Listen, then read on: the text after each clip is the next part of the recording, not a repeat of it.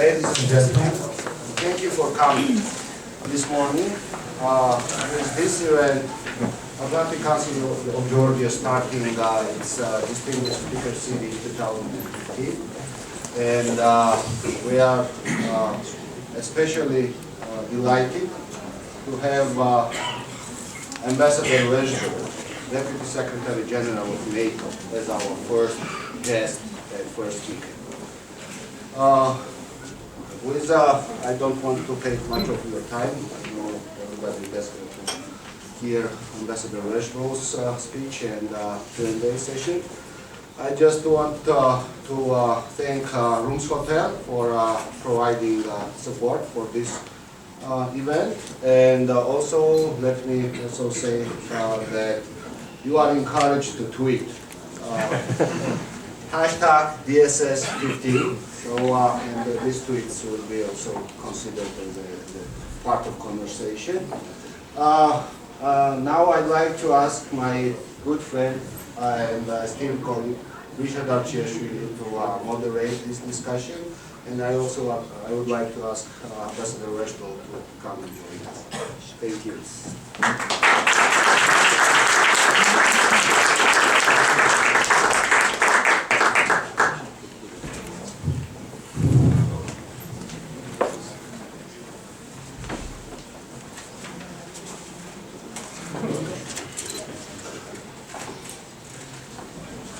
Well, welcome again. We are very much pleased to host you this morning, and we are very much pleased to host very renowned United States diplomat ambassador, Alexander Vershbow, currently serving as a Deputy Secretary General of NATO. Your visit to Georgia got huge interest, and today's event is a clear testament of that. And I'm very pleased that we have representatives of the different segments of the society. I want to welcome the ambassadors and defense attachés of NATO countries, as well as EU countries. I would like to welcome the representatives of the businesses, media, think tank communities, political parties, and most importantly, our students and emerging leaders. And I'm pretty sure that we will have very intensive interactions during the discussions, but first, I'd like to go 5 months back to the NATO World Summit, when NATO heads of state and government gathered to address very emerging issues pertaining to the security and stability of Europe and the Euro-Atlantic area. Russia's invasion to Ukraine, occupation and annexation of its sovereign territory, sudden proliferation of the Islamic Republic, ISIS, the end of the ISAF mission and the beginning of the new operation, budget cuts, were the key issues NATO allies addressed at the summit. And we all can agree that the decisions taken there, which can be categorized into three main bundles: capabilities, readiness, and partnerships and support to the open door, are very important, not only for the allies, but also for the partner nations. So, Ambassador, could you please offer your analysis why the decisions of the World Summit are so important for the security and stability of Europe and Euro-Atlantic area, and where NATO stands with regard to the implementation of these decisions, and what are the future plans, and also to make focus, what are the future trajectory of the NATO based on the decisions of the World Summit. So please, close yours. Okay, well, thank you very much, and thank you very much for the introduction. It's great to be back in Georgia, which, believe it or not, is a country that I first visited when I was 17 years old in 1969. But it's changed a lot since then, all for the better. Let me thank the Atlantic Council of Georgia for hosting this event. The Atlantic Council has become a real authority on Euro-Atlantic integration and security here in this country, and I'm truly honored to be the first in your distinguished speaker series, and I'll do my best to live up to your expectations. Switch the mic. Okay. How do we do that? I thought they did that already.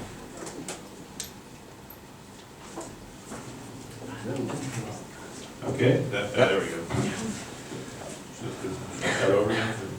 Yeah, whatever. Okay. Well, let me say again, the Atlantic Council of Georgia has become a real authority on Euro-Atlantic integration and security here in this country, and I'm very honored to be the first in your distinguished speaker series. I'll do my best to live up to that accolade. The year 2014 was a watershed year for the security of the Euro-Atlantic region. And so let me offer some thoughts about how NATO has responded and what that means for the NATO-Georgia partnership. The Wales Summit is, of course, a key part of that story, but I'd like to put it in a bit of a broader perspective, if I could. If you look at what happened in 2014, here in Europe, Russia has turned into an aggressive, unpredictable power. And of course, we saw worrying signs of that reckless behavior before, in particular here in Georgia 7 years ago.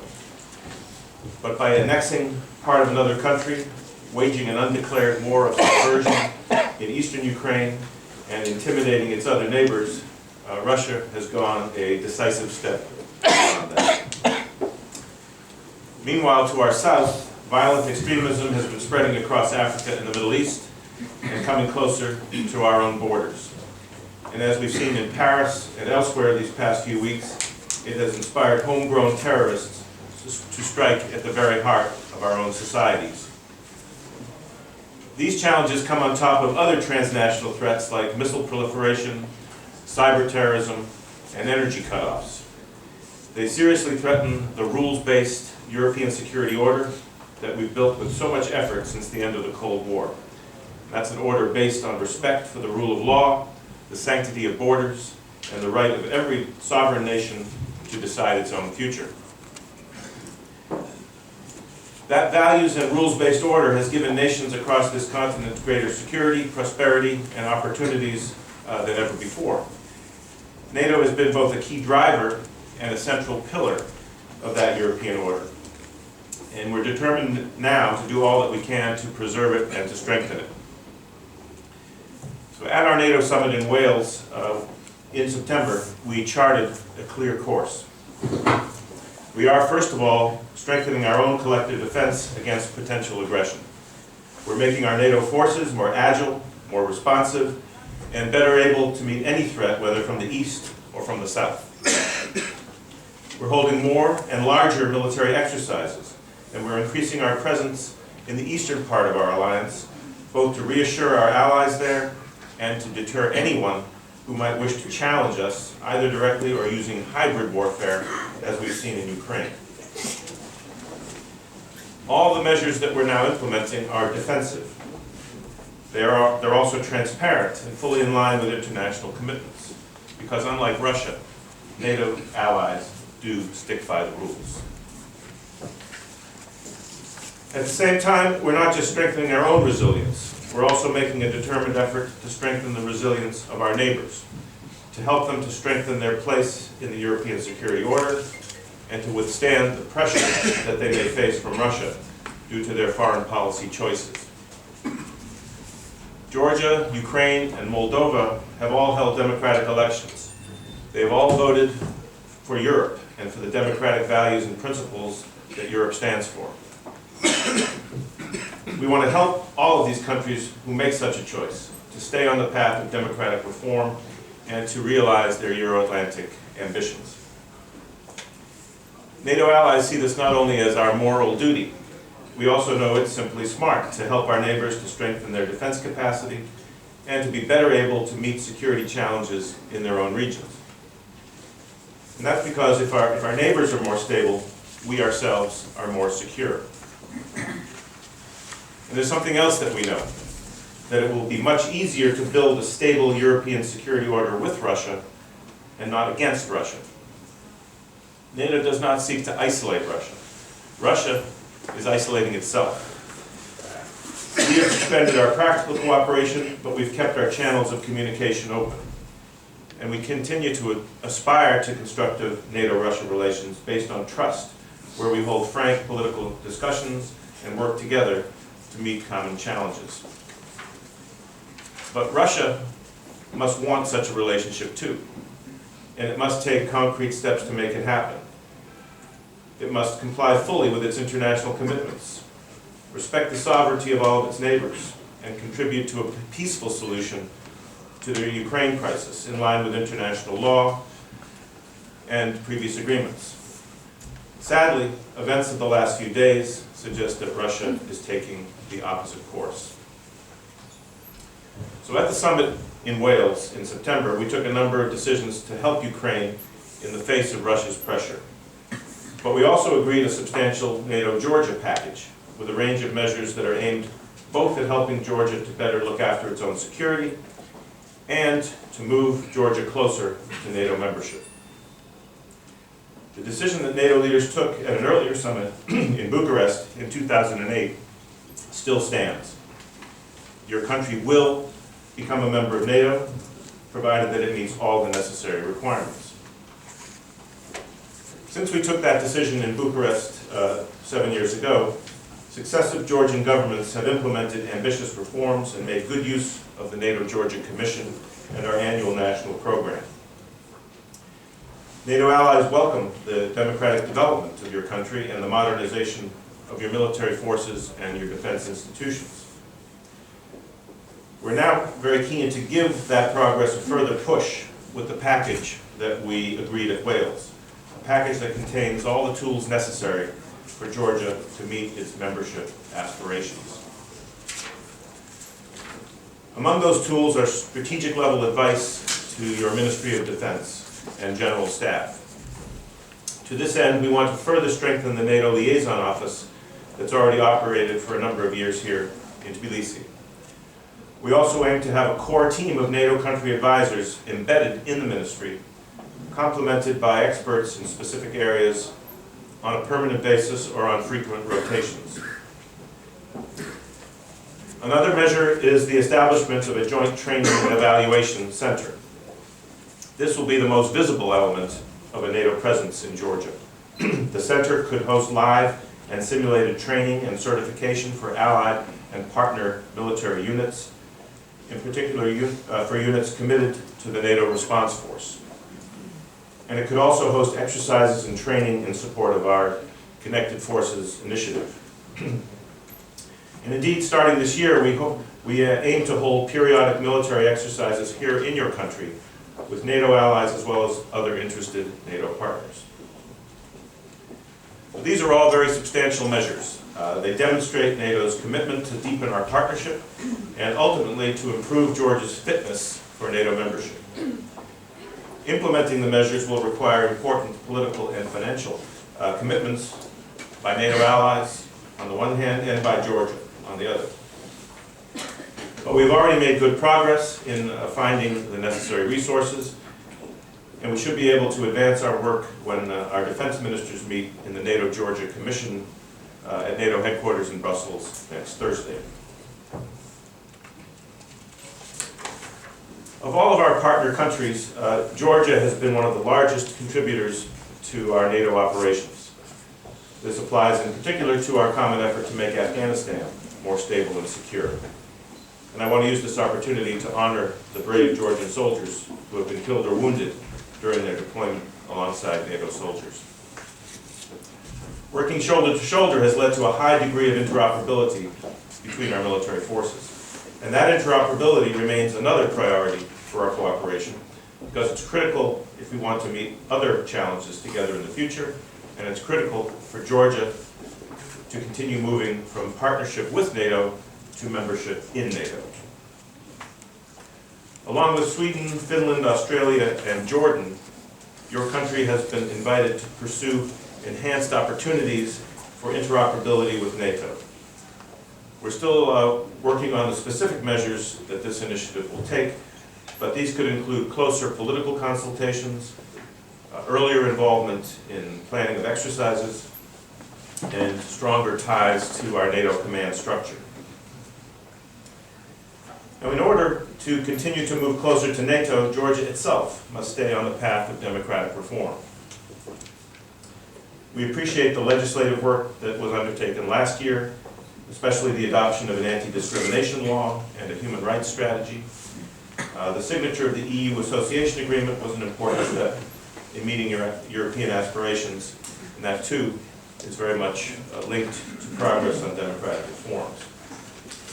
So further progress will require continued constructive engagement between the government and the opposition, and it will require dialogue and cooperation between all branches of the executive as well as with Georgia's vibrant civil society. In the coming months, NATO allies will be keeping an especially close eye on implementation of adopted legislation, and especially on the reform of the prosecutor's office and the Ministry of Internal Affairs. And I've had good discussions on those subjects in the last 24 hours. And let me stress that even the perception of selective justice and politically motivated prosecutions must be avoided. And the rule of law must be respected in each and every case. That is a fundamental principle within the NATO alliance that Georgia wants to join, and for the entire European order that we're determined to uphold and protect. So, ladies and gentlemen, NATO and Georgia have a strong partnership. We have an active political dialogue. There's close cooperation between our military forces, and we work together constructively in many other areas. All the tools are in place to help Georgia move forward with its NATO aspirations. And all 28 NATO allies are fully committed to Georgia's future membership. With the necessary political commitment here in Georgia, and with your continued support, we can make it happen, and I'm sure that it will happen. Thanks very much.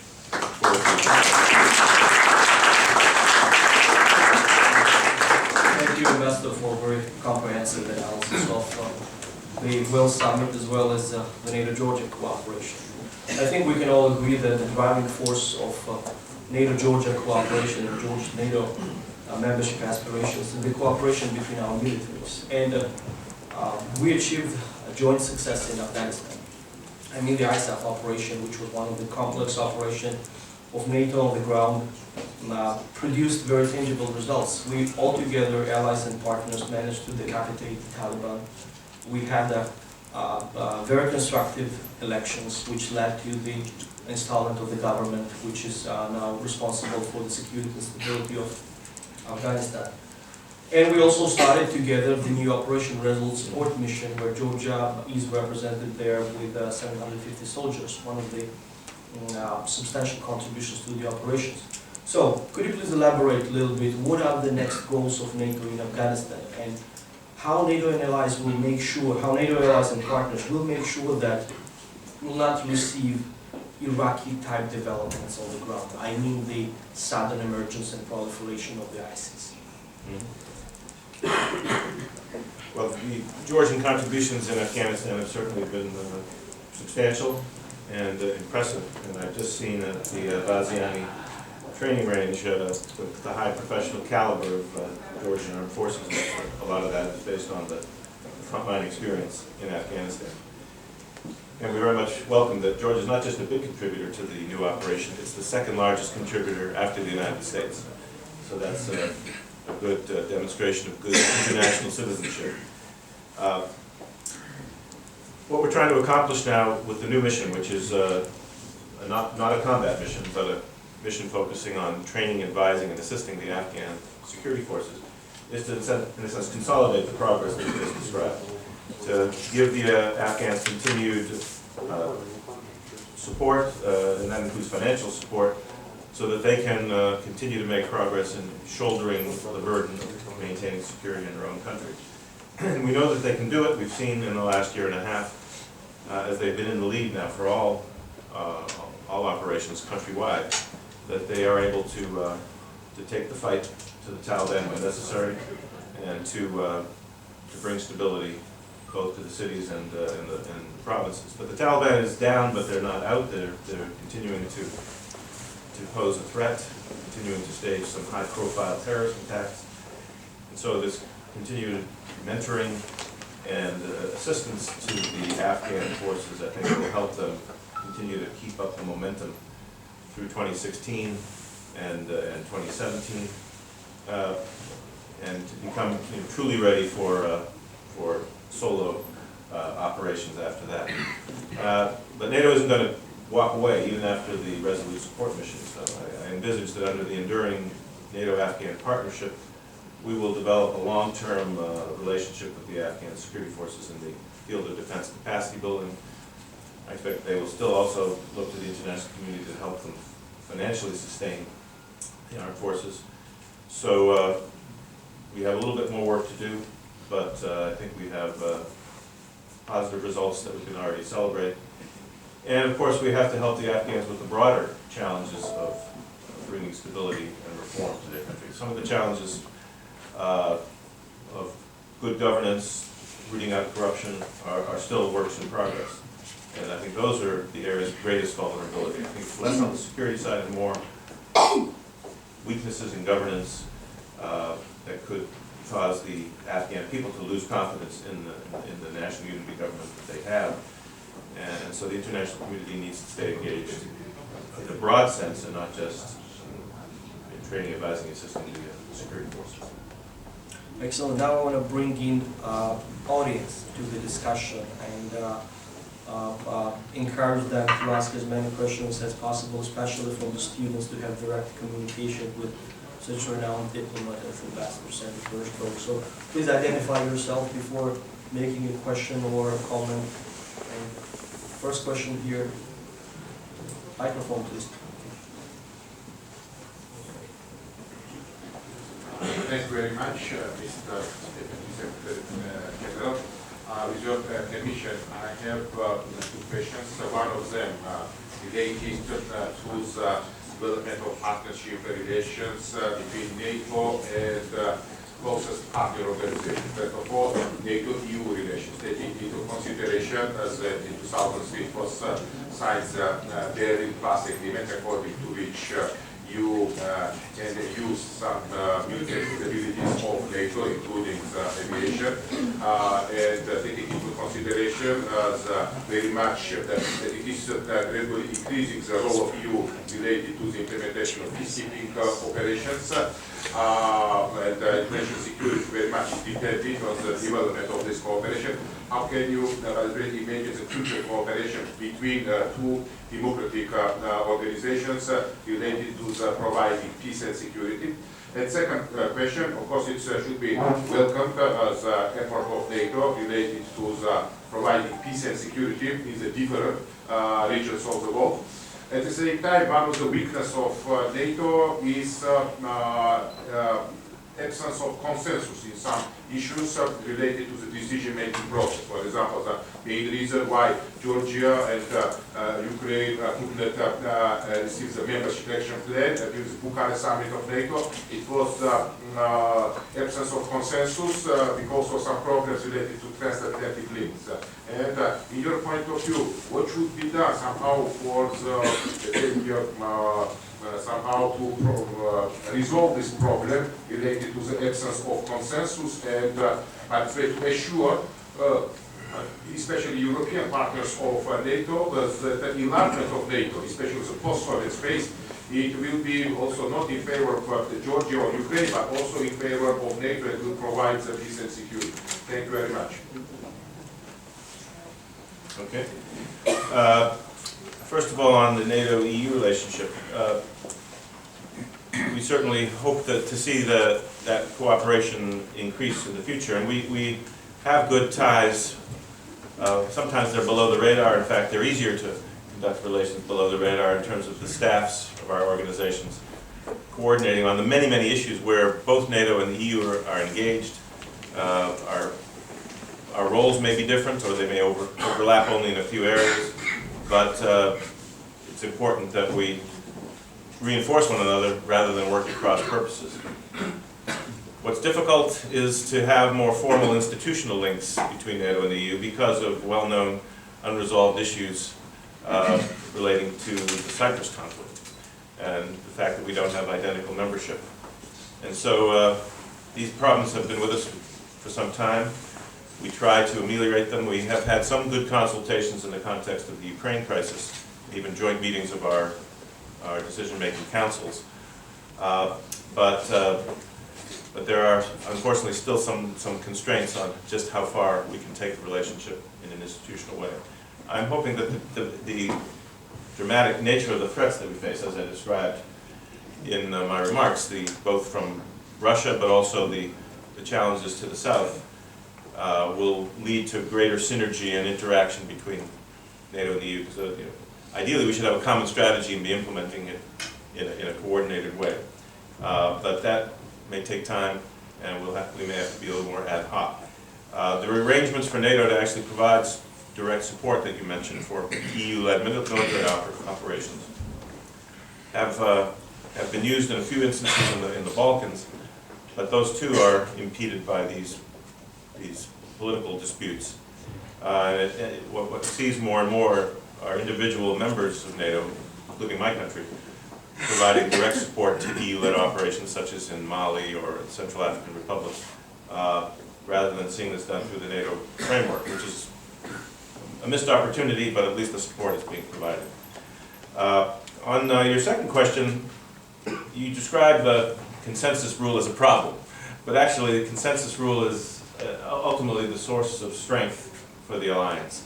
Because when we do take decisions that are underpinned by a consensus of 28 democratic nations, it carries much more political weight, and it gives NATO action an additional basis of legitimacy that might otherwise be lacking. So sometimes it leads to disappointments, such as the outcome on the membership action plan for Georgia and Ukraine at the Bucharest summit. But I think we also saw allies come together both then with the decisions they did take, and most recently with the Wales summit package for Georgia, to show that they're committed to Euro-Atlantic integration, even if the path may take some twists and turns to get there. So, but I think as we face these epic threats, the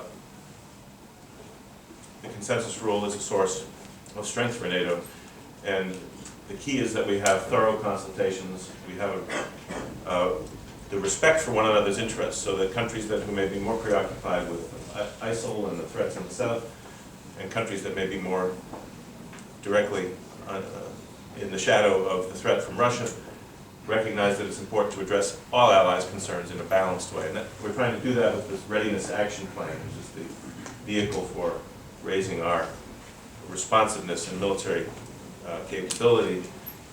That action plan is meant to address threats from all different directions, not just from the east.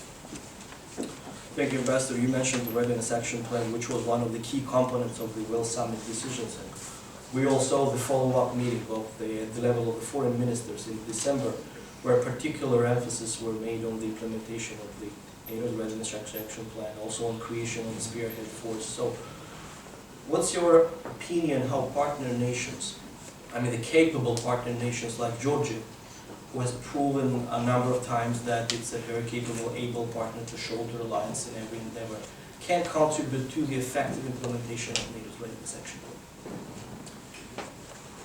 Well, first, we are making good progress on delivering what we promised in the Readiness Action Plan.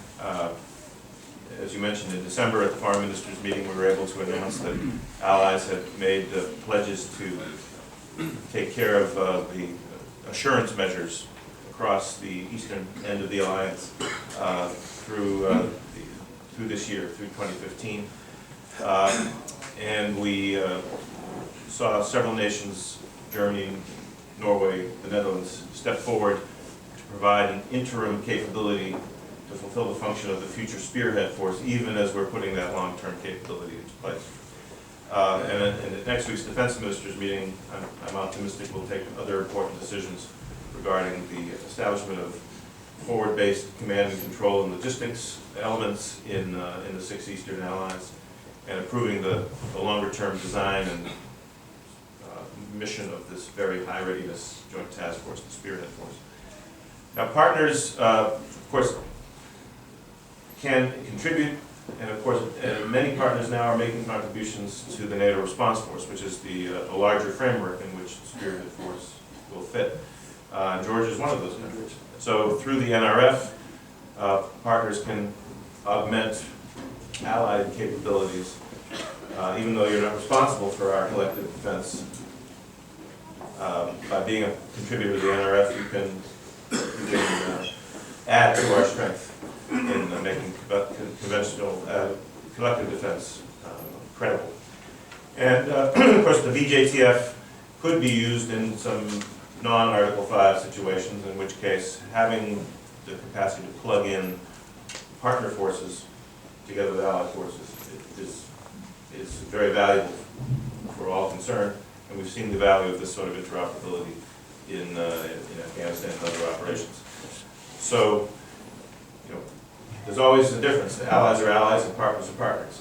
And it's allies that have responsibility for collective defense, and they need to deliver the capabilities, they need to increase their defense spending in order to ensure they can produce those capabilities so that allies can deliver sufficient collective defense by themselves. But if partners can, as I said, augment what we do, that would be even better. Yeah, it's a widespread wisdom that Georgia punches about the weight when it comes to contributions, and I'm sure we'll continue with that. So I saw a hand here, one question, and I want to bring in the students back and then two gentlemen here. Well, thank you very much. I'm Helen Costario from GRAS, a Georgian think tank. Thank you for being here, and thank you for all your commitment and support to my country. I think I have a question regarding Russia and your policy toward this country. I think its war in Ukraine has served as a game changer in your Atlantic community's perception of Russia after multiple efforts of engagement, re-engagement, resetting, and trying to build civilized relationship with this country. I think the Wales summit defined it, that it is a threat to your Atlantic security, and the way it's behaving, it's a threat to the whole international community. Now, against that background, it was somewhat confusing to hear the statement of new Secretary General regarding Russia as an ally in the fight against terrorism. So could you please elaborate on that and clarify where really Russia stands in your perception?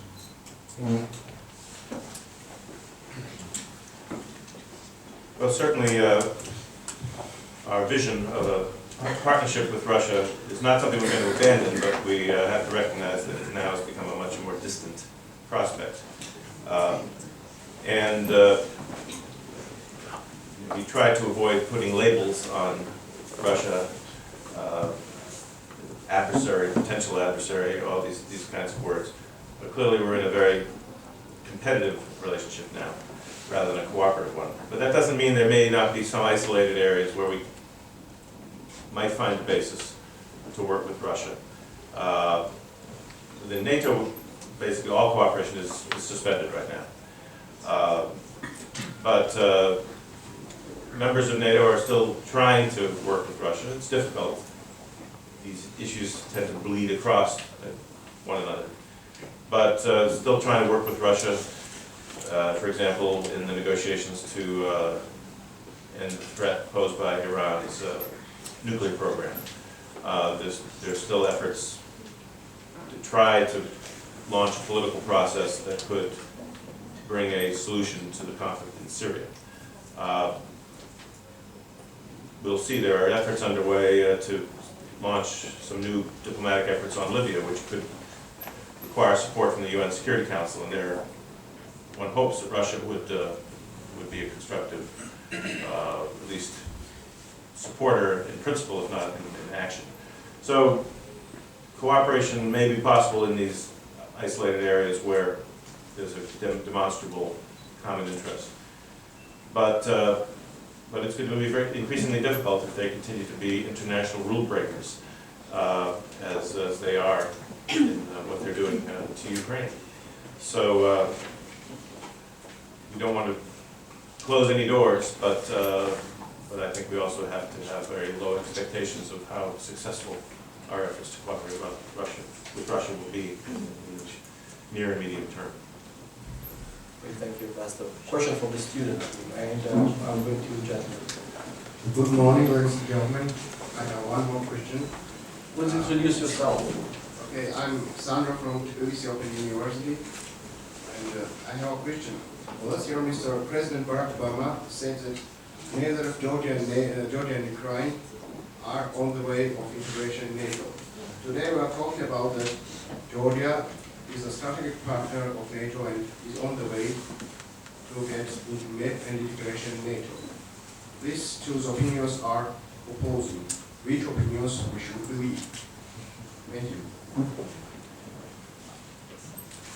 President Obama was one of the 28 heads of state and government who signed up to the Wales Summit Declaration and the substantial NATO-Georgia package. So I think it's not a question. I think the distinction between the two comments, or the comments and the decisions taken at Wales, is a question of timing, not a question of the ultimate destination of Georgia.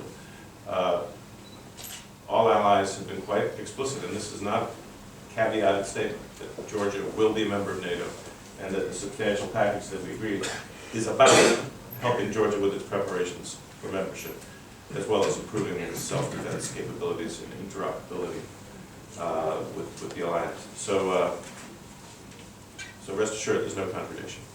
Needless to say, the United States is a staunch supporter of Georgia's NATO membership process, and we have huge and very strong bipartisan support for both sides of the aisle when it comes to the Congress or Republican administration or Democratic administration. Ambassador definitely can confirm that. So, question here, please. This is George Rukadze, Center for Democracy and Strategic Development. I have a few points, and these are the questions indeed. First of all, thank you very much for your time and for being here and supporting my country. I'll come back to Georgia first. And what is the prospect for Georgia in terms of advancing on integration to NATO for the next NATO summit? What is kind of realistic from your perspective? And also, you had meetings with the Georgian Prime Minister and also the members of Cabinet of Ministers. What did they voice? What are their expectations in terms of next NATO summit, their plans, and what is realistic? Is it MAP? Is it something else? Okay, where we go. Second, something that I want to ask, I want to continue what Helen started about NATO statements and the situation in Ukraine. So when Russians, when I say Russians, I mean the Kremlin and the Russian-backed separatists on the Ukrainian soil, they are committing terrorist attacks, virtually before and after French terrorist attacks. Do you think that statements like your Secretary General made, that they're willing to include Russia as a fighter against terrorism, don't you think that this kind of statements even encourages the Kremlin to use terrorism against their neighbors and to feel themselves kind of in the cloud of terrorist fighting countries? And finally, third question is that, do you see any link between the outcome of Russian-Ukrainian war, and as we see, the trend is that it's just a matter of time Ukraine is losing that, at least battle in the eastern Ukraine. Do you see any link between Georgia's prospect to NATO membership or integration in the NATO and the outcome of this particular war? And final bit is that by Germans. Right. Yeah. Okay. I'll stop here. If they were easy questions, I wouldn't mind for them. Okay. Prospects for the next NATO summit. The next NATO summit is next year in Warsaw. We don't know the exact date, but it'll be sometime late spring or early summer, I would expect. And I didn't have any detailed discussions about what's likely to happen there on the question of enlargement and Georgia's progress towards the open door. But I think it's clearly something we will be discussing more and more as the date approaches for that summit. I think that certainly the leaders will want to hear back about how well we have, together with Georgia, implemented the measures contained in the package, and how Georgia is progressing on the broader set of political and judicial reforms that I referred to, which are just as important in terms of the overall perspectives for Georgia as the military interoperability and defense reforms, defense capabilities that will be advanced by the package. So I think it's a little too early to start speculating about exactly what kind of result Georgia might expect at this summit, but I think that there will certainly be a reaffirmation of allies' commitment to Georgia's eventual membership, and perhaps additional measures to enhance progress along the membership track. Now, the characterization of what the Russians are doing in eastern Ukraine is in part a question for international lawyers, but I think there's no question that it constitutes aggression, and we've been very, very clear in condemning it as such. Both the alteration of international borders by force, as they've done with the illegal annexation of Crimea, and the support for illegal armed groups in eastern Ukraine, and increasing evidence of direct intervention by Russian military forces, sometimes thinly disguised as volunteers, even though they may have been coerced into volunteering, or militias representing extreme right-wing nationalist groups in Russia, who also are being equipped, trained, and directed by forces inside Russia. So it's aggression with a capital A, and we're doing what we can to impose increasingly higher costs on Russia for that aggression. The sanctions are the main instrument, but we're doing what we can both through NATO, but also individual members of NATO in their bilateral security assistance relations, trying to help Ukraine better take care of its own defense and defend its own sovereignty and its territorial integrity.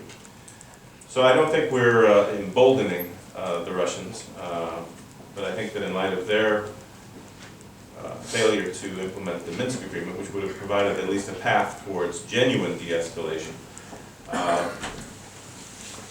it's clear that additional measures are going to have to be considered. The EU indicated it's reflecting on what additional sanctions may need to be considered if the escalation continues, and we will have to deliberate within NATO on what more we may be able to do to support Ukraine. I wouldn't see a huge link between what happens in Ukraine and the ultimate perspective for Georgia. It may affect calculations regarding the timing. Clearly, we need to get through this crisis with Ukraine and at least reach some kind of new equilibrium in the relationship with Russia. But NATO leaders made a very explicit decision, both at Bucharest and at the most recent summit, that Georgia will be a member, and NATO is an organization that stands by its commitments. Thank you, Ambassador. You can see that the Ukraine is a prominent level discussion in Georgia. We worry about this freedom-loving nation, and we both share the same fate and destiny. We are both frontline countries, and I'm convinced that Russia paid sufficient price for invading and occupying Georgia in 2008. We would not have faced the developments in Ukraine as we see today. I want to get a question from the student, please. And then Ambassador. I am Executive Director of DSS Georgia. Thanks for your visit to Georgia. It's thanks to Atlantic Council of Georgia organizing this amazing event. In 2008, during the August War, there was cyber attacks in Georgia, and same happened, which destroyed the government websites. The same happened about 10 days ago. One of the government websites. This was the website of diaspora. My question is, what kind of contribution is NATO giving regarding the cyber defense, and what is the future plan? NATO, of course, itself is taking cyber threats very seriously, and we've made a lot of progress in strengthening our own cyber defenses. And the first priority for NATO, of course, is to protect its own networks, particularly those involved in command and control of military operations, but also our public websites have been repeatedly attacked. We've had some successful deliberate denial of service attacks on our website, and we've taken additional measures to improve our own resilience. So I think that there's certainly expertise that we could share with Georgia in terms of how to develop effective measures. Cyber Incident Response Center, for example, drawing on some of the lessons learned that NATO and NATO members have gained from bitter experience in dealing with the evolving cyber threats. So this is something that I think is encompassed by the NATO-Georgia partnership. At the same time, NATO doesn't have overarching responsibilities for this issue. The European Union is heavily involved in cyber defense. Individual nations have the first responsibility for protecting their own networks. So Georgia may also benefit from bilateral engagement with some of the members of NATO on cyber, and they may benefit from checking in with the NATO Cyber Defense Center of Excellence in Tallinn, which is a very dynamic institution that's coming up with new ideas for dealing with cyber threats. Thank you, Ambassador. I will now take a question from Ambassador Alexander. Good afternoon. Kestutis Jankauskas, the head of the European Union Monitoring Commission in Georgia. Good to see you here, Deputy Secretary General. As you know, EUMM covers the whole territory of Georgia. We have a close relationship and a memorandum with the Ministry of Interior, also with the Ministry of Defense, and by covering a variety of installations, we provide information, security, and confidence on the ground. Could you, with that respect, elaborate a little bit more details? What is to be expected on the ground from the substantial package, particularly with the training and education center? When, where, what activities, what could be expected on the ground? Thank you very much. For those who don't know, Ambassador Jankauskas just up until a few weeks ago was a member of the North Atlantic Council, so you don't have to talk to me so formally.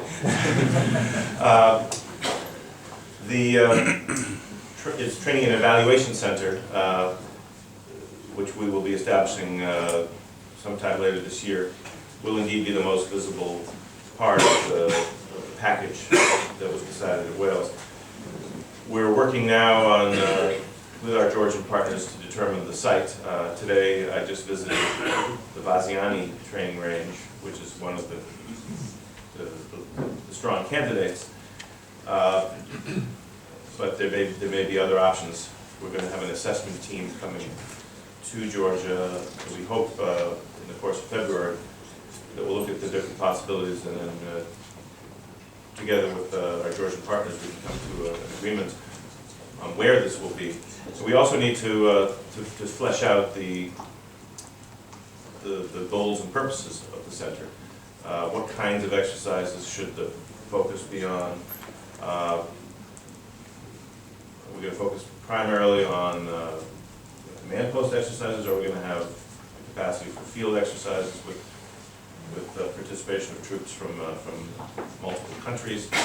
I think the hope is that it will be the latter, but there are obviously resource issues that will have to be addressed before we can come to final answers on those questions.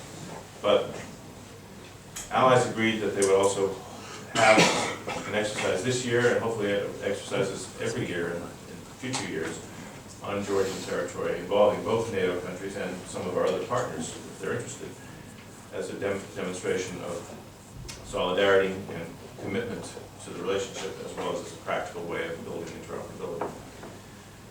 There'll also be visible, maybe not quite as visible, presence on the ground of these advisors who will be embedded in the Ministry of Defense. But I think their presence may be not as evident to the general public as to some other capitals to the north. But I think that too is meant to be a tangible demonstration of NATO's commitment to raising the effectiveness of Georgian armed forces and Georgian defense institutions to a higher level. Absolutely, the swift and swift implementation of the package, which includes extremely important elements, are crucial. Any hesitation or delay will send absolutely wrong and delusional signals I to the hear you. Russian Federation. And I'm really happy that from the NATO side, the package is in very safe hands. I see here our dear friends with whom before the NATO summit we're negotiating the terms of the package, and I'm sure in close cooperation with the Georgian side, we'll be able to rapidly take forward the decisions regarding Georgia. I'd like to take a question from the gentleman here. Please introduce yourself.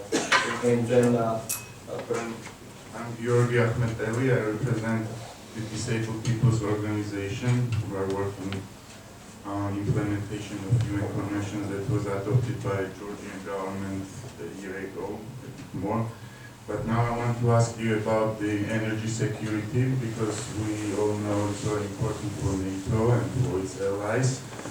So triggering a big crisis, geopolitical crisis with NATO may be an easy way for Putin to shove the oil price back up. What do you think about it? Thank you. thank you very much. Well, I think, first of all, I think my hope and many people's hope that the crisis will stimulate development of a more viable energy security strategy on the part of NATO and EU member states in order to reduce dependence on Russian oil and gas. Whether the crisis will become a means of boosting the international oil price is something I'm not really competent to answer, but I note that it's at its lowest level in 8 years today. So if that's Putin's strategy, it isn't working yet. But clearly that is a result of a lot of other different developments in the international energy market. But it certainly comes from Putin's point of view at the worst possible time in terms of enhancing the increasing effect of the sanctions on the Russian economy.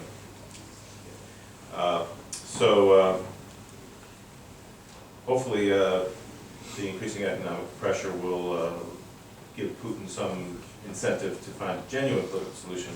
So far, however, efforts to implement the Minsk agreements have been undermined by Russian efforts to ignore most of the obligations that they signed up for, and they did sign that agreement, while insisting not only on full compliance by Ukraine with what's in Minsk, but with additional demands. So that's not a serious approach to conflict resolution, and leaves us no alternative but to ratchet up the pressure. Thank you, Ambassador. Question from you. Can you hear my one?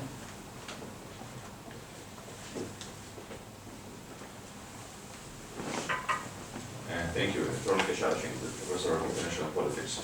Your Excellency, you also served as an ambassador to Russia. So I would like to ask you the following question. How do you see the Russians reacting to the NATO training center in Georgia?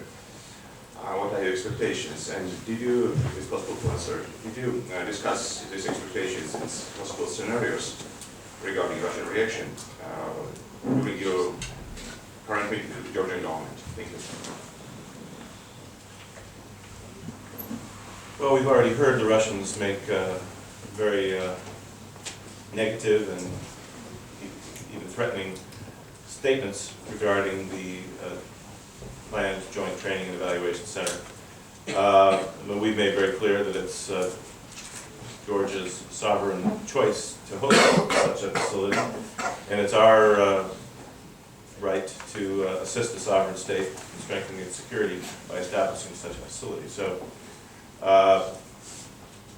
we did not get into potential scenarios on what the Russians might do next, but we're very firm in our resolve to go ahead with this, and we'll have to see what the Russians say and what they do, but we're not going to let them have a veto over this sort of legitimate activity. Full stop. Questions from the floor, please.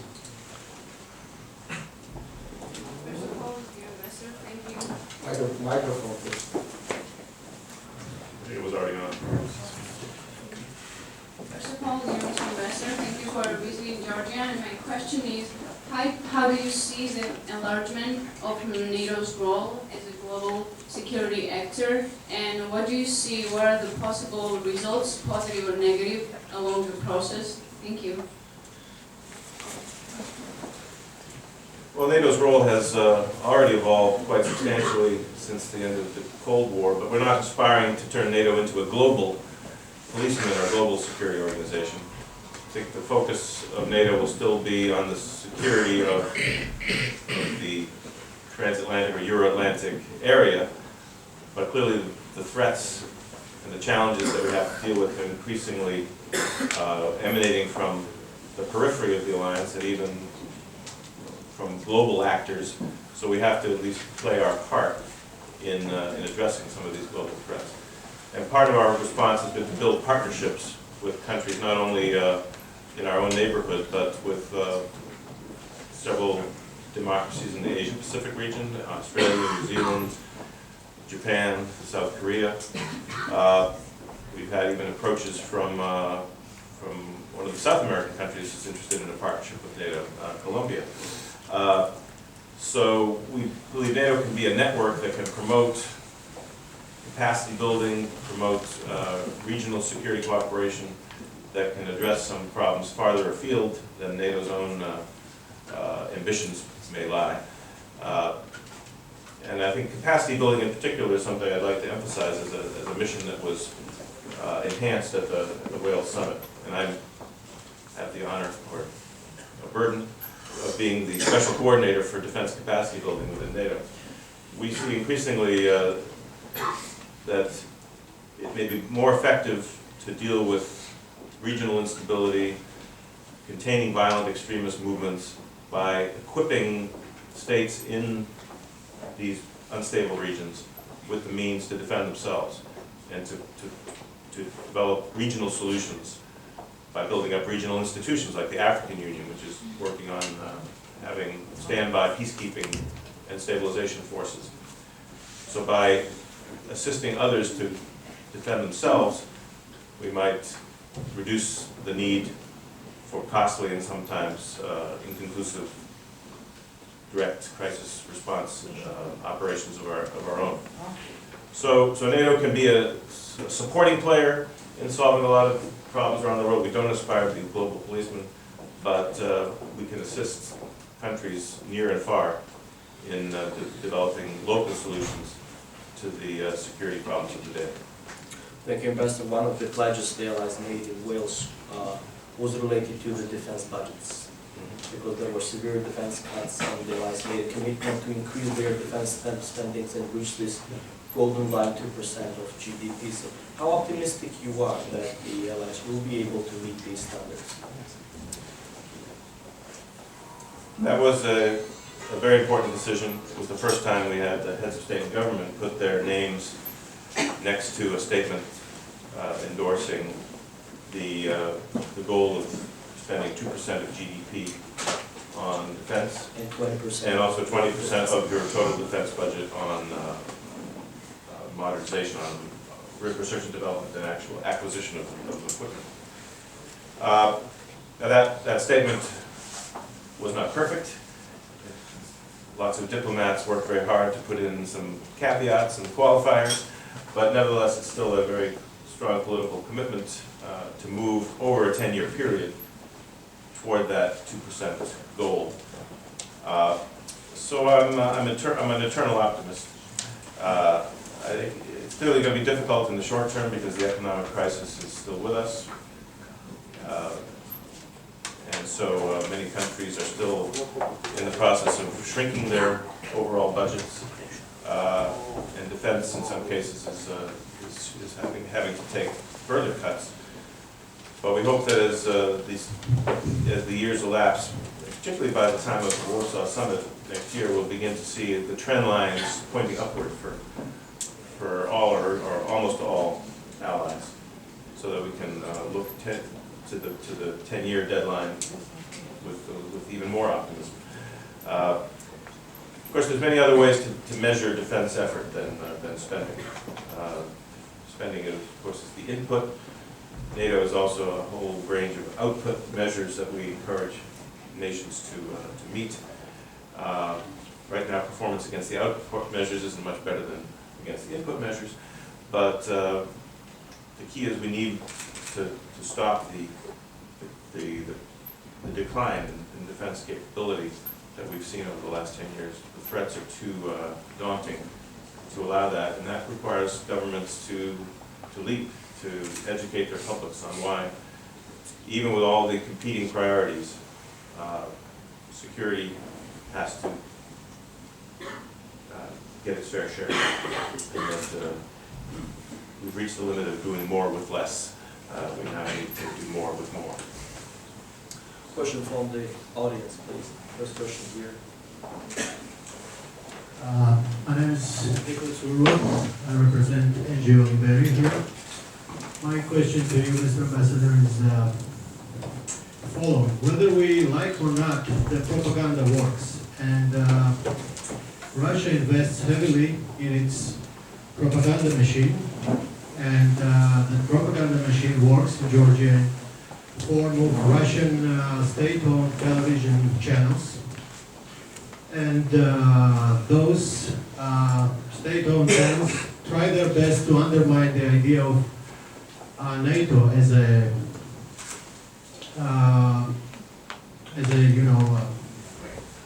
organization of collective defense of democratic countries, and they try to portray it as aggressive, troublemaking unity of aggressive countries. And here, the public support for NATO idea is somehow waning, in my opinion. Those Russian channels are back. They perpetuating that propaganda, and sometimes it seems like a very hard task for Georgian society and our free TV channels to counteract it. Does NATO, my question is the following, does NATO have any kind of international counteract program or strategy to somehow help the aspirant countries like Georgia to shield itself or defend itself from such aggressive and basically, overwhelming propaganda machines as Russian TV channels? That's it, basically. Thank you. Well, I agree with you that this is a very serious challenge. The Russian propaganda machine is getting huge resources from the Kremlin, and their production values are very slick and superficially attractive, but of course the messaging is based heavily on lies, half-truths, unproven conspiracy theories. But a steady diet of this does begin to twist your head, and we have to recognize that we have to counter this. I think the best way, of course, of countering lies is with truth and getting the real message out and debunking a lot of the falsehoods that Russia propagates about NATO, but about a lot of other things. And so NATO is trying to do its part in debunking the many myths that Russia is using about the alliance. We put out a number of publications, and we use social media when necessary to rebut some fast-moving allegations. But we're also looking at this in a more strategic sense. How can NATO do a better job of strategic communications on a sustained basis? And we have experts who may need to be reinforced with some additional personnel, both at our headquarters and on the military side. We have a new Center of Excellence on Strategic Communications in Latvia, which is now up and running, and hopefully will be a source of ideas. But the challenge goes beyond NATO. I think the European Union needs to take on the strategic communications challenge more directly. We need to work also with those surviving independent media sources in Russia. Some of them have moved into exile, but they still provide valuable messaging back into Russia.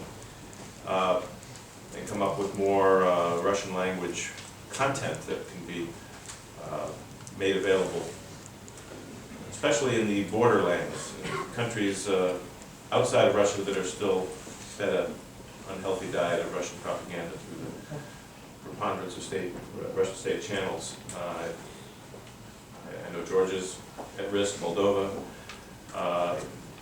even in the Russian-speaking areas of some NATO countries, the Russian state media are the main source of information, and that can create social tensions if you don't have any corrective. So to the extent that Georgia wants to work more harder on this, I think they can draw on some expertise from NATO, including the Center of Excellence I just mentioned. And of course, Georgia can work with some of our member states who are also trying to step up to the challenge as well. The United States used to have much more broadcasting in terms of hours in the Russian language than they do today, or also in Ukrainian language. Ambassador Norland may be able to provide more facts on this, but I think there's clear resolve in Washington to build back up, maybe shifting the emphasis somewhat away from the traditional media, radios, towards streaming video and social media, but not let the Russian lines go unanswered. Absolutely, and President Obama's initiative, Europe's Reassurance Initiative, and follow-up bills endorsed by the United States Congress includes very important provisions how to counter the media propaganda, Russian media propaganda in such vulnerable and frontline countries like Georgia, Ukraine, Moldova, and we look forward to the practical implementation of these policies on the ground here. We have time for one more question from the audience. Chairman of the Executive Council of Young Diplomats Club of Georgia, Your Excellency, thank you very much for coming today. I would like to ask you about your position on statement of Russia's State Duma's Chairman Darchiashvili. As you know, he mentions that Russia's State Duma started investigation on annexation of eastern part of Germany by Western Germany. So, what's your position? It's interesting to hear. Thank you. When I first saw media reports of that, I was in a state of disbelief that as a serious politician, and Mr. Naryshkin is a serious politician and a very close advisor and confidant of the President of Russia, that he could make such a preposterous proposal and draw such completely specious analogies between the blatantly illegal Russian annexation of Crimea and the unification of Germany, which followed elections in East Germany, governments pledging to unify the two states, a negotiation in which the Soviet Union was a direct participant, the 2+4 negotiations. It was a triumph of East-West diplomacy, and so it's almost foolish to even dignify this proposal with a serious comment. But anyway, that's what we think about that. But it also reminds me of something that Foreign Minister Lavrov said a couple of days ago. And he's been saying this repeatedly, that NATO is a throwback or atavistic leftover from the Cold War. NATO, in fact, and I mentioned this briefly, has undergone remarkable transformation. I think one of NATO's great strengths is that it is able to move with the times, to adapt itself, to reinvent itself, as it did at the end of the Cold War, and to turn itself from a vehicle for keeping the Russians out to try to bring the formerly separated parts of Europe into a common security structure. So I think that's a very progressive role for an alliance that started with a very fundamental self-defense mission. If there's anything that's a throwback, it's the behavior of Russia today, which is a throwback not just to pre-1989 times, but I would say to the practices of the Stalin era in terms of the use of force, doctrines of might makes right, and also very dangerous doctrine of ethnic Russian nationalism as superseding the sovereignty of neighboring states and peoples. That's a throwback to very dark times, and I hope we can at least see the day when this kind of thinking will be rejected by the Russian people. That may require a bit of strategic patience. But if there's a throwback out there, it's Russian foreign policy as articulated by Mr. Lavrov. Absolutely. Ambassador, I will use the position of moderator and pose a concluding question. So, we have students in the audience today, as you noticed, who are very passionate about the international relations, diplomacy, and you are a renowned American diplomat with a fascinating background. You served as Assistant Secretary of Defense for a number of years. You served in Russian Federation as U.S. Ambassador to Russia. You served at NATO headquarters as U.S. Ambassador to NATO. So, why this position? Can you tell to them why this position, being a diplomat, being an active player in the international arena, is so tempting and interesting? And what this particular position or your experience as a diplomat, as senior U.S. diplomat, and what this position, diplomacy, brought you as an individual? Well, it's hard to give a very quick answer to that. I started down this road when I had the opportunity to study the Russian language when I was in high school, and had an opportunity to visit former USSR as a high school student. That was when I made my first trip to Tbilisi. And it kind of got me very much interested in not only in Russia, but in international affairs, and that influenced my choices in college and graduate school.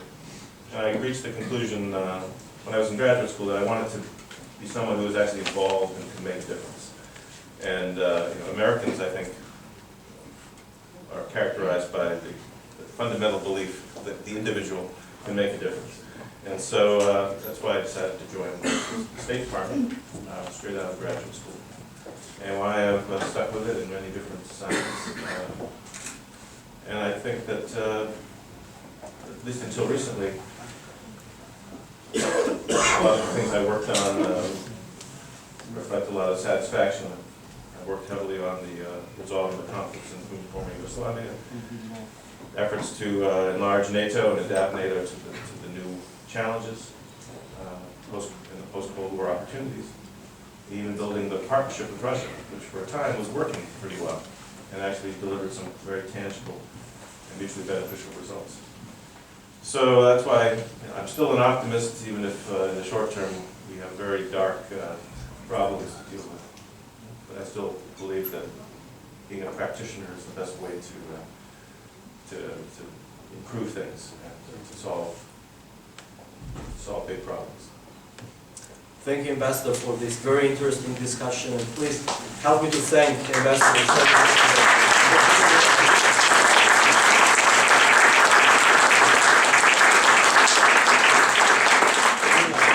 So today's meeting is stands adjourned, and more to come. Please stay tuned, and we'll come up with the new events.